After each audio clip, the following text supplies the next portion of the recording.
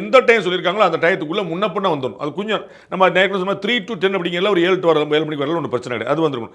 And வெளியில இடங்கள் வந்து இனிமே கொஞ்சம் வெளியே கொண்டு அது எல்லா கட்சியுமே அது நான் சொல்றது எதுவுமே விஜய் கட்சிக்கு மட்டுமே கிடையாது.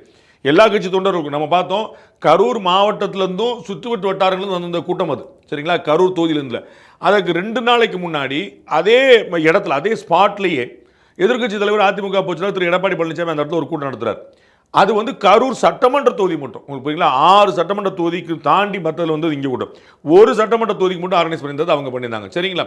அப்போ நம்ம என்ன புரிஞ்சுக்கணும், ஒரு சட்டமன்ற தொகுதியோ 6 சட்டமன்ற தொகுதியோ அதிமுகவோ தாவேகாவோ அவங்க எல்லாருமே ஊருக்கு வெளியில் நடத்திக்கிட்டாங்கன்னா யாருக்கு எந்த பிரச்சனை கிடையாது. ஒரு பிரச்சனை வந்தாலும் தப்பிச்சு போறதுக்கு ஸ்பேஸ் இருக்கு. இத்தனைக்கும் உங்கள் போலீஸ் பாதுகாப்பு எடப்பாடி பழனிசாமி அவர்கள் இந்த பொதுக்கூட்டத்துக்கு கொடுத்தது கூட ஒரு 100+ தான் கொடுத்துருந்தாங்கன்னு சொல்லி.